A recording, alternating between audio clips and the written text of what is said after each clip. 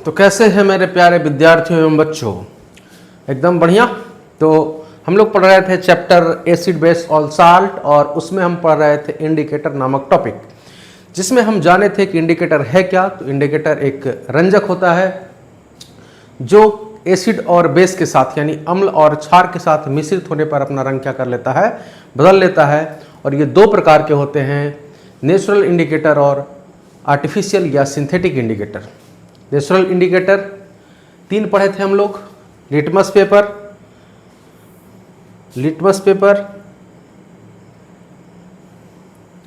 और अरे ये क्या हो गया भाई, लिटमस पेपर, रेड कैबेज और हल्दी के बारे में पढ़े थे। नहीं ऐसे कैसे, लिटमस पेपर, टर्मरिक और रेड कैबेज के बारे में पढ़े थे। तो आज हम लोग को जो पढ़ना है वो पढ़ना है आर्टिफिशियल इंडिकेटर। आर्टिफिशियल इंडिकेटर हमारा हेडिंग क्या है आज का? कृत्रिम सूचक, या इसको हम क्या बोल सकते हैं? इसको बोल सकते हैं हम लोग आर्टिफिशियल इंडिकेटर। और इसमें भी हम लोग पढ़ेंगे 3, जिसमें से पहले का नाम क्या है? पहले का नाम है बच्चों आपका मिथाइल ऑरेंज। क्या नाम है? Methyl orange. मिथाइल। दूसरे का नाम है फेनफ्थलीन।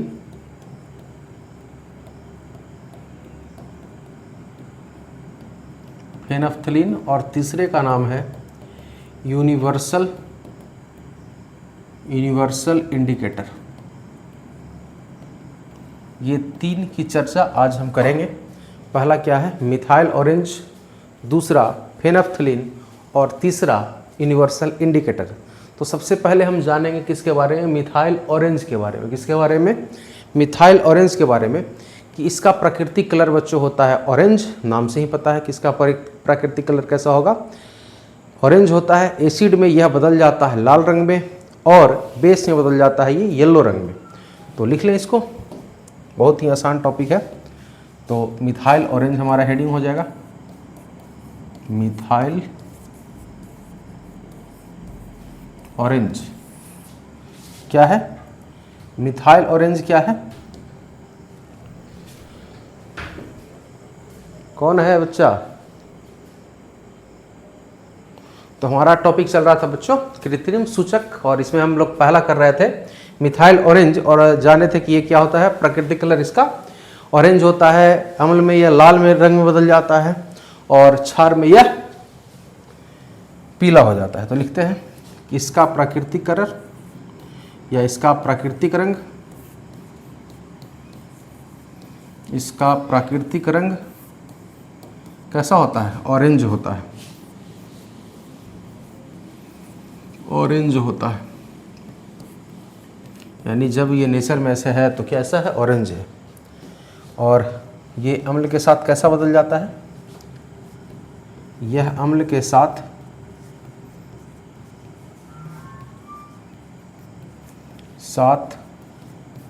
लाल रंग का हो जाता है।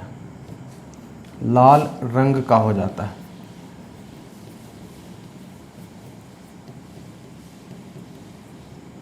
ठीक है। और क्षार के साथ क्या हो जाता है? क्षार के साथ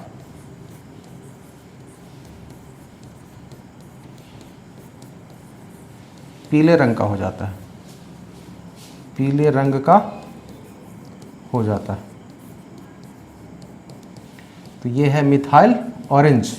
ये कौन सा है? Methyl orange. तो क्या आपको मिथाइल ऑरेंज समझ में आया? अगला हमारा है फेनफ्थलीन। क्या है? फेनफ्थलीन। फेनफ्थलीन की अगर बात करेंगे तो ये कलरलेस होता है। कैसा इसका प्राकृतिक रंग? कलरलेस होता है। और ये अम्ल में अपना रंग परिवर्तन नहीं करता, अर्थात ये फिर से कलरलेस ही रहेगा, रंगहीन रहेगा, जबकि बेसिक मीडियम में ये अपना कलर पिंक कर लेता है। तो दूसरा हमारा क्या है? फेनफ्थलीन।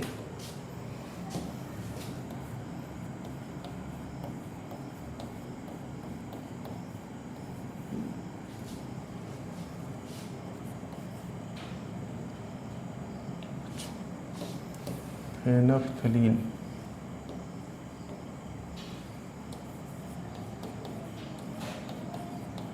फेनफ्थलीन, फेनफ्थलीन की बात करें तो ये कैसा होता है? रंगहीन होता है। इसका प्राकृतिक रंग,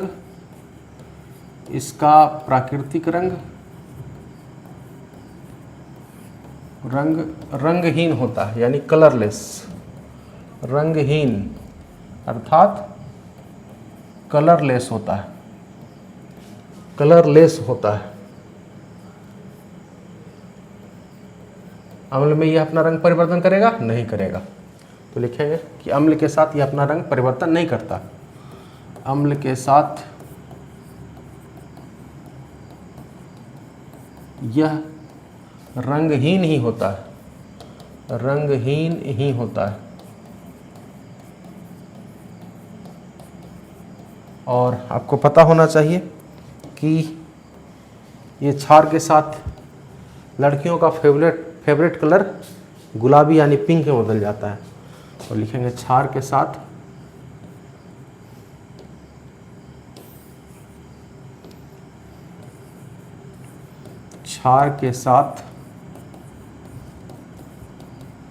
इसका रंग गुलाबी हो जाता है। कैसा हो जाता है? गुलाबी या पिंक हो जाता है, पिंक हो जाता है।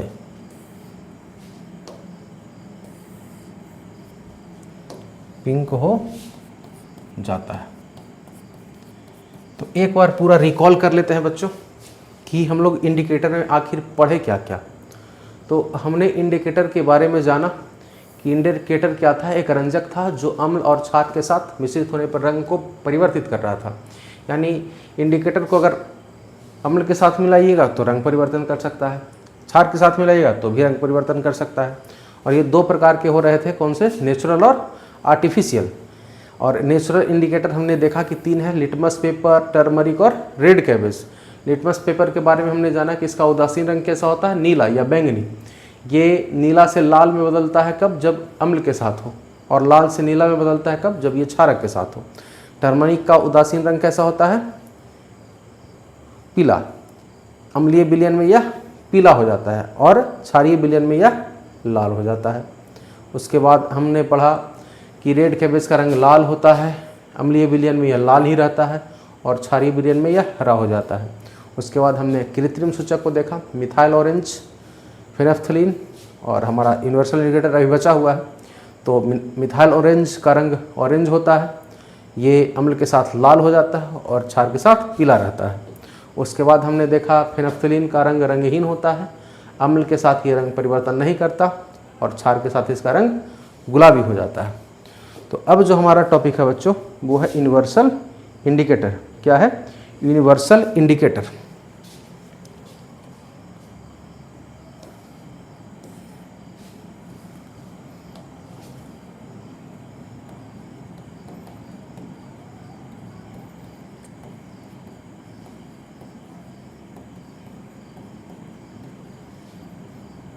सार्वत्रिक सूचक।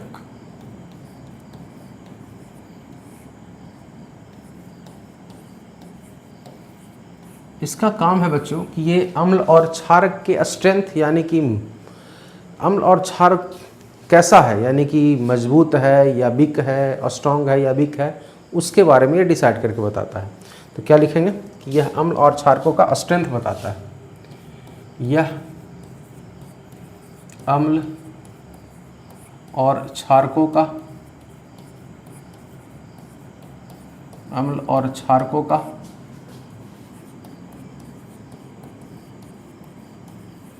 स्ट्रेंथ बताता है। क्या बताता है? स्ट्रेंथ बताता है।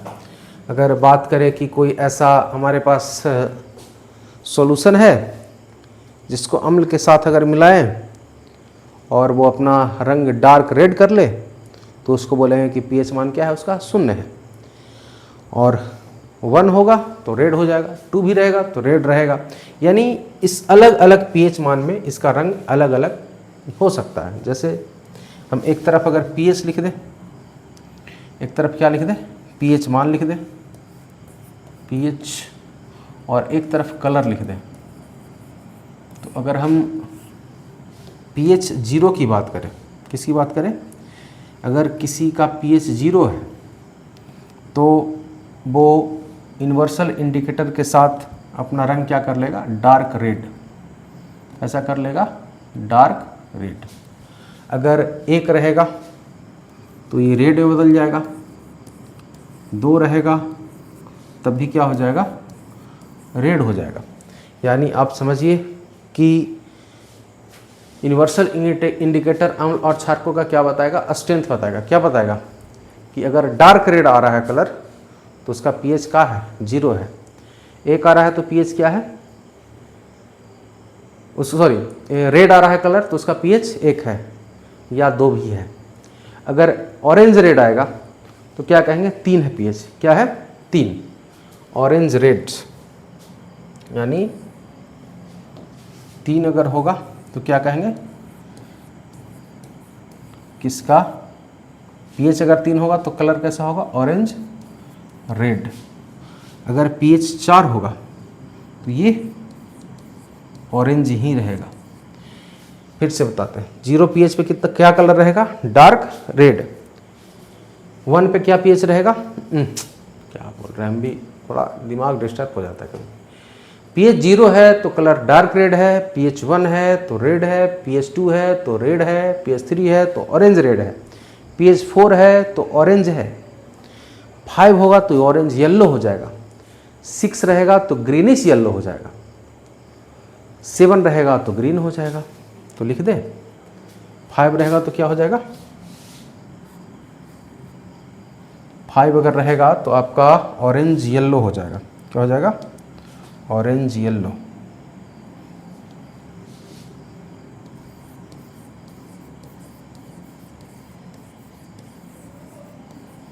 अगर 6 रहेगा तो ग्रीनिश येलो हो जाएगा, नहीं,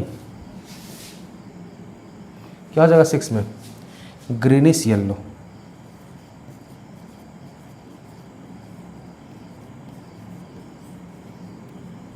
अगर pH 7 रहेगा तो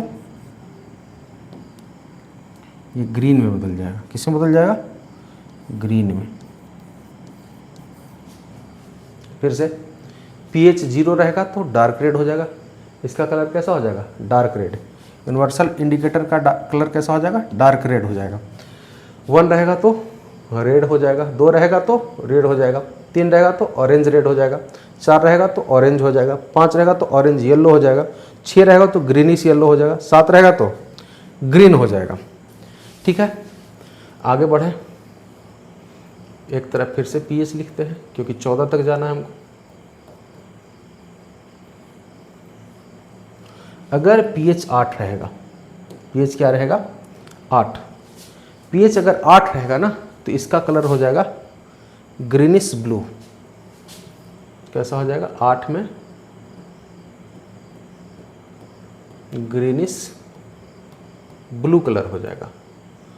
9 रहेगा तो बताइए क्या होगा, 9 रहेगा तो ये ब्लू हो जाएगा, 9 रहेगा तो क्या हो जाएगा, ये ब्लू हो जाएगा।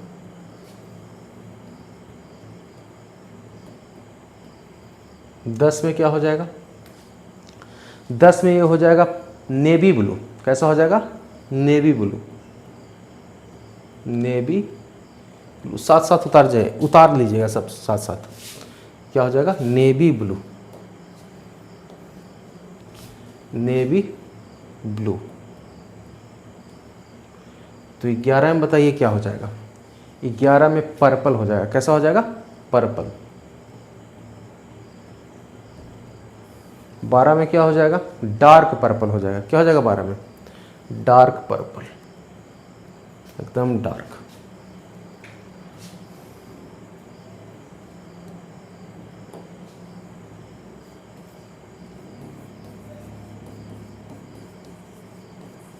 Dark purple. 13 में भी पर्पल, 13 में, एक मिनट, 13 में वायलेट हो जाएगा, 13 में वायलेट, और 14 में भी वायलेट। तो ये है यूनिवर्सल इंडिकेटर कि यूनिवर्सल इंडिकेटर अलग अलग पीएच के साथ क्या करता है, अपना रंग बदल देता है। अगर 0 होगा तो डार्क रेड होगा, 1 होगा तो रेड होगा, 2 होगा तो रेड होगा, 3 के साथ ऑरेंज रेड हो जाएगा, 4 के साथ ऑरेंज हो जाएगा, 5 के साथ ऑरेंज येलो हो जाएगा, 6 के साथ ग्रीनिश येलो हो जाएगा, 7 के साथ ग्रीन हो जाएगा, 8 के साथ ग्रीनिश ब्लू हो जाएगा, 9 के साथ ब्लू हो जाएगा, 10 के साथ नेवी ब्लू हो जाएगा, 11 के साथ पर्पल हो जाएगा, 12 के साथ डार्क पर्पल हो जाएगा, 13 के साथ वायलेट और 14 के साथ वायलेट हो जाएगा।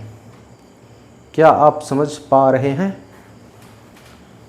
तो ये था यूनिवर्सल इंडिकेटर। यूनिवर्सल इंडिकेटर अलग अलग पीएच के साथ अपना मान क्या करता है, अलग अलग कर लेता है, कलर अलग अलग कर लेता है।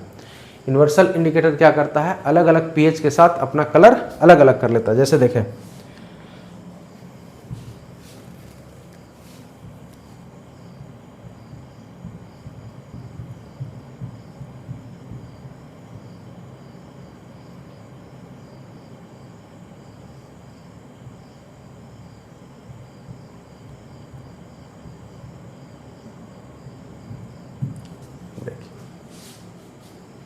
यही है यूनिवर्सल इंडिकेटर चार्ट। जब आप लैब में जाइएगा ना तो आपको ऐसा चार्ट मिलेगा।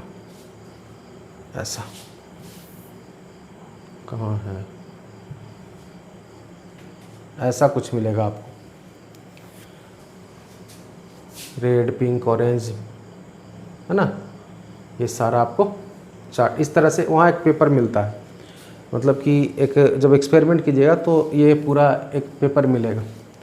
तो वहाँ से अगर ये एसिड बढ़ते, एसिड ये क्या हो रहा है, एसिड ये अरे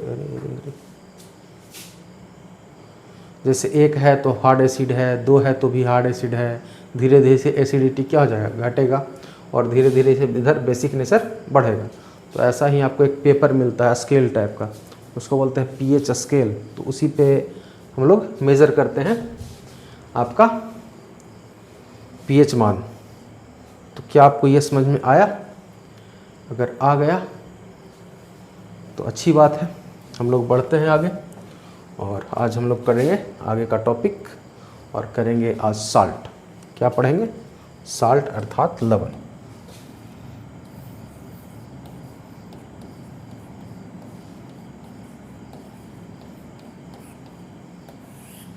अगर साल्ट की बात करें तो साल्ट है क्या, कि जब अम्ल के साथ क्षारक को मिलाया जाता है, किसके साथ? अम्ल को क्षारक के साथ मिलाया जाता है, तो जो नया पदार्थ बनता है ना बच्चों, वो लवण कहलाता है। और यह अभिक्रिया उदासीनीकरण अभिक्रिया कहलाती है। क्या कहलाती है? उदासीनीकरण अभिक्रिया कहलाती है। तो क्या लिखेंगे परिभाषा? अगर साल्ट का लिखें तो लिखेंगे कि जब अम्ल के साथ क्षारक को मिलाया जाता है, क्षारक को मिलाया जाता है,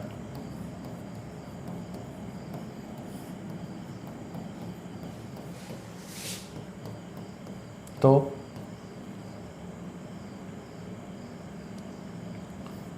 लवण का निर्माण होता है। लवण का निर्माण होता है। किसका निर्माण होता है? लवण का निर्माण होता है। तो और साथ ही साथ किसका? पानी भी बनता है। और साथ ही साथ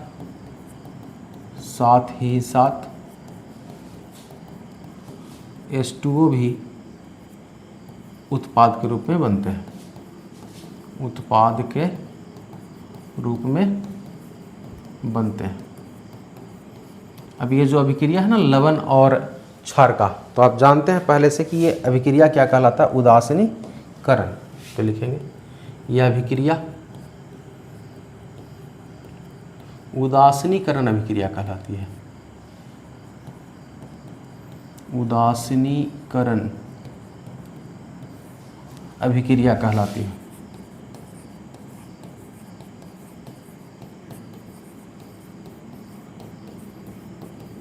यानी कहने का मतलब है कि अगर एसिड को बेस के साथ रिएक्शन करवा दिया जाए, किसके साथ, एसिड को बेस के साथ रिएक्शन करवा दिया है तो क्या बनेगा, साल्ट यानी कि लवण बनेगा, और इसके साथ जल बनेगा। क्या बनेगा, लवण और जल बनेगा। और हम जानते हैं एसिड कितने प्रकार के होते हैं, 2 प्रकार के होते हैं। एक स्ट्रॉन्ग एसिड होता है, एक वीक एसिड होता है। उसी तरीके से अगर बेस में बात करें तो बेस भी 2 प्रकार के होते हैं। एक स्ट्रॉन्ग बेस होते हैं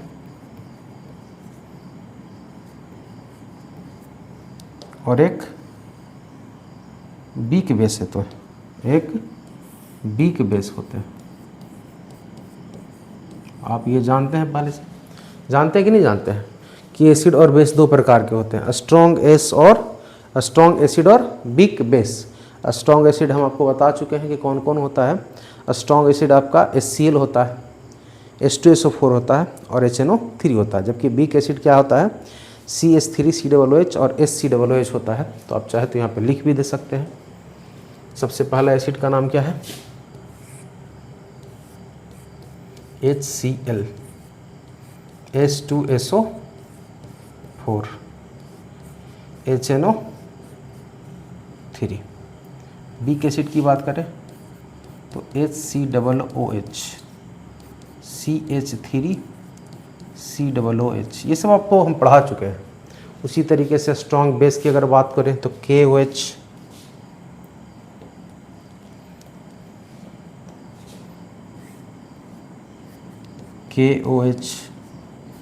NaOH, पढ़ा है कि नहीं पढ़ा है? आपको नहीं याद है तो कोई बात नहीं, आप याद कर लीजिए कि ये वीक होते हैं।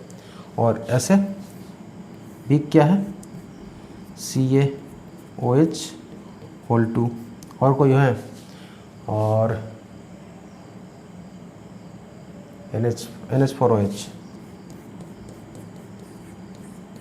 ये क्या है, आपके वीक बेस हैं। क्या है, वीक बेस हैं। क्या कोई दिक्कत है?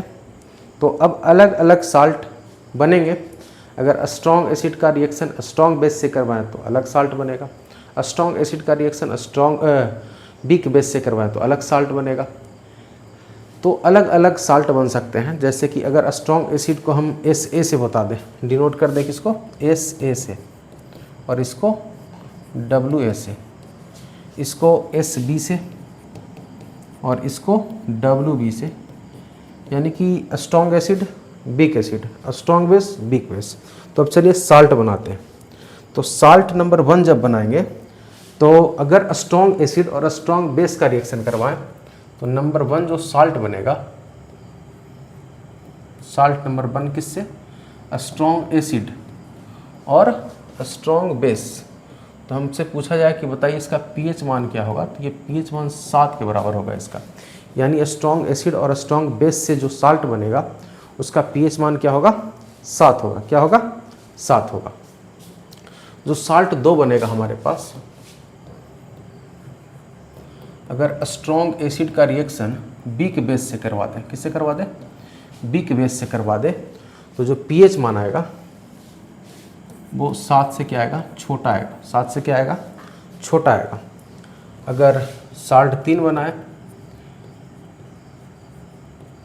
साल्ट 3 क्या होगा, वीक एसिड का रिएक्शन स्ट्रॉन्ग बेस से करवा दे। वीक एसिड का रिएक्शन किससे करवा दे, स्ट्रॉन्ग बेस से करवा दे, तो pH का मान क्या हो जाएगा, 7 से बड़ा हो जाएगा। क्या हो जाएगा, 7 से बड़ा हो जाएगा। साल्ट 4 अगर बनाए, साल्ट नंबर 4 बनाए, वीक एसिड और वीक बेस का रिएक्शन करवाए, तो इसका pH मान हम बता नहीं सकते। इसके pH मान के बारे में हमें कोई जानकारी नहीं होती है, बता नहीं सकते, बता नहीं सकते। नहीं, जैसे अगर हम कहें कि एक हमारे पास साल्ट है CaSO4, कौन सा साल्ट है, CaSO4।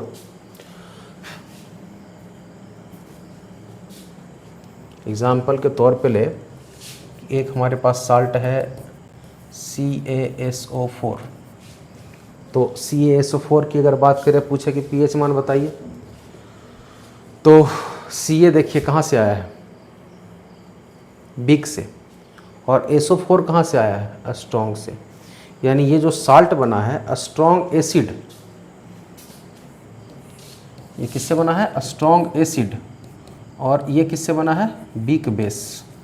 यानी स्ट्रॉन्ग एसिड और वीक बेस कहाँ है, तो स्ट्रॉन्ग एसिड और वीक बेस यहाँ पे है। यानी अगर इसके pH की बात करें तो pH क्या होगा, 7 से क्या होगा, छोटा होगा, 7 से क्या होगा, छोटा होगा। pH 7 से हमेशा छोटा होगा। अगर इसी तरीके से आपको दूसरा एग्जांपल दे दे, CH3 COONA, बताइए क्या होना चाहिए। तो सबसे पहले जाइए यहाँ पे, सबसे पहले क्या ढूंढिएगा, CH3 COO ढूंढिए, तो कहाँ है, तो वीक एसिड के अंदर है। कहाँ है, वीक एसिड के अंदर है। और Na कहाँ है, स्ट्रॉन्ग बेस के अंदर है। कहाँ है, स्ट्रॉन्ग बेस के अंदर है। तो ये जो साल्ट बना है किससे बना है, वीक एसिड और स्ट्रॉन्ग बेस, ओह हाँ, स्ट्रॉन्ग बेस। तो वीक एसिड और स्ट्रॉन्ग बेस कौन सा है, साल्ट नंबर 3 बनेगा। pH मान के बारे में क्या कह सकते हैं, 7 से बड़ा। pH क्या होगा, 7 से बड़ा। तो क्या आप इस तरीके से और भी क्वेश्चन कर सकते हैं, तो कीजिए। अगला और क्या दे दें, NH4 होल टू SO4, हाँ ठीक है, NH4 होल टू SO4 अच्छे से लिख दे, NH4 होल टू SO4। इसके बारे में आपका क्या विचार है। तो आप देखिएगा कि NH4 जो आया है वो वीक बेस से आया है। NH4 किससे आया है, वीक बेस से आया है। NH4 वीक बेस से आया है। और क्या है, SO4 स्ट्रॉन्ग एसिड से आया है। किससे आया है, स्ट्रॉन्ग एसिड से। तो ये देखिए, ये वीक, देखिए NH4 कहाँ है, वीक बेस में, तो वीक बेस, वीक, अरे कहाँ लिख रहे हैं हम भी भाई, NH4 कहाँ है, वीक बेस में, वीक बेस। और H2SO4 में SO4 होता है, तो स्ट्रॉन्ग एसिड। तो वीक बेस और strong acid, weak base strong acid, pH मान क्या होगा, 7 से क्या होगा, छोटा होगा। तो इसी तरीके के प्रश्न आपसे पूछा जा सकता है। तो उम्मीद करते हैं कि आज का वीडियो आपको पसंद आया होगा। अगले दिन से हम लोग पढ़ेंगे आगे की बातें। और अगर वीडियो अच्छा लगे तो चैनल सब्सक्राइब कर लेंगे, दोस्तों के साथ शेयर कर लेंगे। आपका एग्ज़ाम बहुत बेहतरीन ढंग से तैयार हो जाएगा और आपका क्वेश्चन नहीं छूटेगा, ये हमारी गारंटी है। तो मिलेंगे आपसे अगले वीडियो में, तब तक के लिए धन्यवाद। जय हिंद।